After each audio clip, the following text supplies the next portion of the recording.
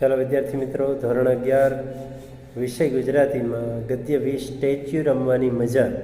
આમ તો આપણે લાઈવ ભણી ચૂક્યા છીએ અને તે એપ દ્વારા, માઇક્રોસોફ્ટ ટીમ દ્વારા, પણ છતાં એક આપણે વિડીયોના માધ્યમથી સમજવાનો ફરી પ્રયત્ન કરીએ. પાના નંબર 101, ગદ્ય 20 સ્ટેચ્યુ રમવાની મજા, જેના લેખક છે અનિલ જોશી. જન્મ તારીખ 28/7/1940. કવિ નિબંધકાર અનિલ રમાનાથ જોશીનું જન્મસ્થળ અને વતન ગોંડલ છે. પ્રાથમિક માધ્યમિક શિક્ષણ ગોંડલ અને મોરબીમાં લીધું. HK આર્ટ્સ કોલેજ અમદાવાદથી સ્નાતક થયા. તેઓ શિક્ષક, પરિચય ટ્રસ્ટના સહસંપાદક અને મુંબઈ મ્યુનિસિપલ કોર્પોરેશનમાં લેંગ્વેજ ડેવલપમેન્ટ પ્રોજેક્ટમાં ગુજરાતી ભાષાના મુખ્ય સલાહકાર તરીકે સંકળાયેલા હતા. આ કવિ અનિલ જોશી, અને અનિલ જોશીનું નામ આવે એટલે એનું ગીત યાદ આવવું જ જોઈએ. સમી સાંજનો ઢોલ ઢબુકતો, જાન ગલતી માલે, કેસરિયાળો સાફો ઘરનું ફળિયું લઈને ચાલે. કન્યા વિદાય, જે ગુજરાતી સાહિત્યમાં ફેમસ બની ગયેલું કાવ્ય છે. કદાચ, બરફના પંખી અને ઓરા આવો તો વાત કરીએ, તેમના કાવ્ય સંગ્રહો છે. આધુનિક ગીત કવિતાની ખૂબીઓ તેમની રચનાઓમાં છે. આધુનિક જીવનની અનુભૂતિને તાજગી ભેરા પ્રતીકો, કલ્પનાઓ દ્વારા તેમણે પ્રગટ કરી છે. આ ઉપરાંત ગઝલ અને અછાંદસ કાવ્ય રચનાઓ પણ તેમણે આપી છે. સ્ટેચ્યુ એમનો અંગત નિબંધોનો, તો પવનની વ્યાસપીઠ તેમનો લલિત નિબંધોનો સંગ્રહ છે. તેમણે કેટલીક સુંદર બાળકથાઓ પણ આપી છે. તેમના સ્ટેચ્યુ નિબંધ સંગ્રહને 1990ના વર્ષનો દિલ્હી સાહિત્ય અકાદમીનો પુરસ્કાર એનાયત થયો હતો. સ્ટેચ્યુ રમવાની મજા. સ્ટેચ્યુ એટલે સ્થોભી જવું, સ્થિર થઈ જવું. અને આ સ્થિર થવાની રમત નાના બાળકો રમતા હોય છે, અને એ નાનપણમાં એક એની અનેરી મજા હોય છે. બીજા લોકો જે હાલતા ચાલતા હોય એને સ્થિર કરી દેવામાં અનેરો આનંદ આવતો હોય છે. સ્ટેચ્યુ કહીને થોભાવી દેવાની વાત. સ્ટેચ્યુ રમવાની મજામાં વતનના સંસ્કારોની સ્મૃતિ લેખકે આલેખી છે. આ રચનામાં સર્જક પોતાની સંવેદનાને જાત અભિવ્યક્તિનું રૂપ આપવાની મથામણ કરી છે. કથાનાયક બાળપણમાં ભેરુઓ સાથે, ભાઈબંધો સાથે, મિત્રો સાથે સ્ટેચ્યુ બંધાવી ભેરુઓને થીજાવી દેવાનો આનંદ લેતા, ભાઈબંધને સ્થિર કરી દેવાનો આનંદ લેતા. પરંતુ ઝીણા નામના ભેરુને સ્ટેચ્યુ કહેવાનો મોકો કોઈ ભેરુને મળતો નહીં. પરંતુ લેખકનો ઝીણા ભરવાડનો એક છોકરો, અથવા તો ઝીણો એ નામનો જે એનો ભાઈબંધ હતો, એ સ્ટેચ્યુ કહેવાનો મોકો કોઈ ભેરુને, કોઈ મિત્રને આપતો નહીં. બહુ ચાલાક, બહુ ચબરા. સૌથી પહેલાં એ સ્થિર સ્ટેચ્યુ કહી દે. ઝીણાની ચપળતાનો કોઈ ઉપાય નહોતો, અને ઝીણો એટલો ચાલાક, એટલો ચબરાક, એટલો હોશિયાર કે એનો કોઈ ઉપાય નહીં, અને એની પહેલાં કોઈ સ્ટેચ્યુ કહી જ ન શકે. ઝીણાની સ્ટેચ્યુ કહી દે, થીજાવી દેવાનો મનસૂબો કારગત નીવડ્યો નહીં. અને ઝીણાને કોઈ મિત્ર સ્ટેચ્યુ કહી શીખ્યો નહીં.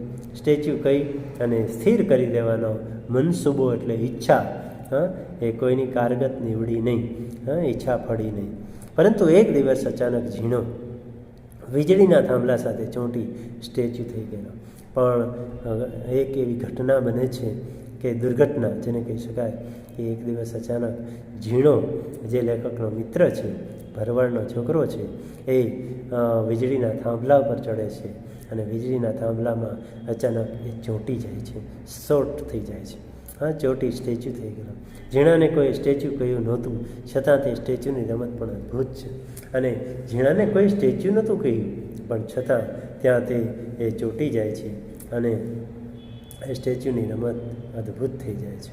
તેના વિવિધ રૂપોનો સર્જક પરિચય કરાવે છે. એના અલગ અલગ રૂપ છે, એના સર્જક આપણને પરિચય કરાવશે. આપણે ઈશ્વર સાથે પણ સ્ટેચ્યુ બંધાવી છે, અને ઈશ્વર સ્ટેચ્યુ કહેવામાં ઝીણા ભરવાડ જેવો જ ઉસ્તાદ છે. અને આપણે પણ જાણે ઈશ્વર સાથે સ્ટેચ્યુની રમત રમી રહ્યા છીએ, સ્ટેચ્યુ બંધાવ્યું છે, અને ઈશ્વર સ્ટેચ્યુ કહેવામાં ઝીણા ભરવાડ જેવો જ ઉસ્તાદ છે. અને લેખક ભગવાનને પણ કહે છે કે ભગવાન પણ ઝીણા ભરવાડ જેવા ઉસ્તાદ છે, કાબેલ છે, હોશિયાર છે, ગમે ત્યારે ગમે એને સ્થિર કરી દે છે. હા, ભગવાન, કારણ કે ઈશ્વર પરમાત્મા એના હાથની વાત છે. હા, જન્મ આપવો એના હાથની વાત છે અને મૃત્યુ આપવું એના હાથની વાત છે. એ બે વસ્તુ એની પાસે એણે રાખી છે. એટલે ગમે ત્યારે ગમે તેને એ સ્ટેચ્યુ કહી શકે છે, સ્થિર કરી શકે છે અને એના જેવા ઉસ્તાદ છે. એટલે જ ગમે ત્યારે આપણને સ્ટેચ્યુ કહીથી જાવી દે, એટલે જ આપણને ગમે ત્યારે સ્ટેચ્યુ કહી શકે છે ભગવાન. આપણે પણ ઈશ્વરને સ્ટેચ્યુ કહી મંદિરોમાંથી જાવી દે અને આપણે પણ જાણે ભગવાન સાથે સ્ટેચ્યુની રમત રમી અને ભગવાનને, ઈશ્વરને જાણે મંદિરોમાં મૂર્તિ રૂપે સ્થિર કરી દીધા છે. જો આમ જ હોય તો પછી દુઃખી થઈ જીવ બાળવા કરતાં જીવન રમતમાં ખેલદિલી દાખવી આનંદ પ્રાપ્ત કરી લેવું એ જ પરમ સત્ય છે. અને એટલે જ અનિલ જોશી કહે છે, જો આમ જ હોય, હા, કારણ કે મૃત્યુ નિશ્ચિત છે, મૃત્યુ નક્કી છે અને એ બધા ઉપર ફરજિયાત છે, કમ્પલસરી છે. હા, એ આ જગતનું સનાતન સત્ય કહી શકાય જેને, એ છે મૃત્યુ, જેને ટનાટન સત્ય પણ કહી શકાય. તો આ સત્ય જો આમ જ હોય, જો મરવાનું જ છે, તો આ દુઃખી થઈને જીવ બાળવો એના કરતાં જીવન જે આ અણમોલ મળ્યું છે એ જીવન રમતની અંદર ખેલદિલી દાખવો. ખેલદિલી દાખવવી એટલે તું હારે ને થાવ, તું જીતે ને થાવ ખુશી હું, તું જીતે ને થાવ ખુશી હું, લેને ફરી ફરીને હારું, તું જીતતો હોય તો મને હારવામાં વાંધો નથી. આને કહેવાય ખેલદિલી. હા, તો ખેલદિલી દાખવી આનંદ પ્રાપ્ત કરી લેવું એ જ પરમ સત્ય છે. અને બસ જીવનને આનંદ માણવો, આ જ પરમ સત્ય રહેલું છે. તો જોઈએ એ લેખકનો નિબંધ છે, સ્ટેચ્યુ રમવાની મજા. વર્ષો પછી મારા ગામની શેરીઓમાં પગ મૂક્યો ત્યારે આખી શેરી હું સાવ અજાણ્યો હોઉં એમ મને તાકી રહી. અને વર્ષો પછી મારા ગામની શેરીમાં જ્યારે પગ મૂકું છું, લેખક કહે છે કે પગ મૂકું ત્યારે મને આખી શેરી સાવ અજાણ્યો હોઉં. હા, હું સાવ અજાણ્યો એમ મને તાકી રહી, મને એકી જોઈ દે. ડંકી પાસે પાણી ચૂંટતા છોકરાઓ. હા, લેખક એના ગામમાં આવે છે ને ત્યારે ડંકી પાસે પાણી ચૂંટતા છોકરાઓ, પાણીમાં છબછબિયા કરતા એ નાના નાના છોકરાઓ છે. એકાદ બે રખડતી બકરીઓ છે, ગામની એકાદ બે રખડતી બકરીઓ છે. પોદળો કરતી ગાય છે. જૂની ગટરોના કાટ ખાધેલા ઢાંકણા છે, જૂની જે ગટરો છે એના કાટ ખાઈ ગયેલા ઢાંકણા છે. અગાસી અને ધાબા પર શિયાળાનો તડકો ખાતા બીમાર વૃદ્ધો છે. અગાસી અને ધાબા એટલે છત ઉપર શિયાળાનો તડકો ખાતા બીમાર વૃદ્ધો છે. ઉડતી સમડી, ઉડતું પક્ષી સમડી જેનું નામ છે, આ બધા જ મને શ્વાસની માફક વળગી પડ્યા. આ બધા જ મને શ્વાસની માફક ઘેરી વળ્યા. હા, વળગી પડ્યા એટલે ઘેરી વળ્યા. પણ આજે એમાંનું કોઈ મને ઓળખતું નથી. લેખક આજે એમના વતનમાં આવ્યા છે અને વતનમાં આવ્યા છે ત્યારે એમના વતનના એ પશુ પક્ષી માણસો જાણે કોઈ એમને ઓળખતું નથી. મારા શૈશવનું આઈડેન્ટિટી કાર્ડ બતાવું તો પણ મારી શેરી મને ઓળખવા તૈયાર નથી. અને લેખક કહે છે કે મારા શૈશવનું, મારા બાળપણનું આઈડેન્ટિટી કાર્ડ, ઓળખપત્ર બતાવું ને તો પણ મારી શેરી મને આજે ઓળખવા તૈયાર નથી. આ શેરીવટો જોઈ અને હું ખૂબ વિવળ થઈ જાઉં છું. અને આ શેરીવટો, આ શેરીનું ઓઝલ પડદો જોઈ અને હું ખૂબ વિહવળ એટલે વ્યાકુળ થઈ જાઉં, ચિંતાતુર થઈ જાઉં છું. આ શેરીએ જાણે મારી સામે પડદો કરી લીધો છે. પણ વીતેલા સમયે હું કેમે કરી પાછો ફરી શકતો નથી. પણ ભૂતકાળમાં હું કેમે કરી પાછો ફરી શકતો નથી. આમ કોઈ પણ ભૂતકાળમાં કોઈ પાછા ફરી શકતા નથી. હા, અને ભવિષ્યમાં આગળ વધી શકાય છે પણ વર્તમાનને પસાર કરીને. એટલે ભૂતકાળ પાછો આવતો નથી, વીતી ગયેલો સમય પાછો મળતો નથી. એટલે જે સમય મળ્યો છે એનો સદુપયોગ કરી લેવો છે. કેમે કરી પાછો ફરી શકતો નથી. આંખમાં એ મકાનો ઠાંસીને ભરી લઉં કે પછી એ શેરીને શ્વાસમાં લઈ ફેફસામાં ભરી લઉં એવી તીવ્ર ઈચ્છા થઈ આવે છે. અને અહીંયા અનિલ જોશીને જાણે એમ થાય છે કે આંખમાં એ મકાનો ઠાંસીને ભરી લઉં. હા, એ આંખમાં વ્યવસ્થિત રીતે સ્મૃતિમાં ઉતારી લઉં એ મકાનો. એ આપણા આદિલ મંસૂરી પણ કહે છે ને, એ મકાનો, એ બારીઓ, એ ભીતો મને ધરાઈને જોઈ લેવા દો. હા, પછી હસતા ચહેરા, આંખો જોવા મળે ન મળે. હા, તો આ સરસ મજાનું અહીંયા એ સ્મરણ આપણને કરાવી દે આદિલ મંસૂરીનું, અનિલ જોશી, કે એ મકાનો એ ઠાંસીને વ્યવસ્થિત સ્મૃતિમાં ગોઠવી લઉં, પછી એ શેરીના શ્વાસમાં આ શ્વાસ મળે ન મળે, આ શ્વાસમાં ફરી ફેફસામાં ભરી લઉં એવી તીવ્ર ઈચ્છા થઈ આવે છે. જેમ આદિલ મંસૂરી કહે છે કે વતનની ધૂળથી માથું ભરી લઉં આદિલ, પછી કોઈને કોઈની કબર મળે ન મળે.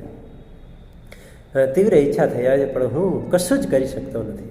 અને લેખક કહે છે આ બધી આવી ઈચ્છા થાય છે પણ હું કંઈ કરી શકતો નથી. મારી શેરીમાં ભૂતકાળના જળ થીજી ગયા છે, અને મારી શેરીની અંદર ભૂતકાળના જળ થીજી ગયા છે.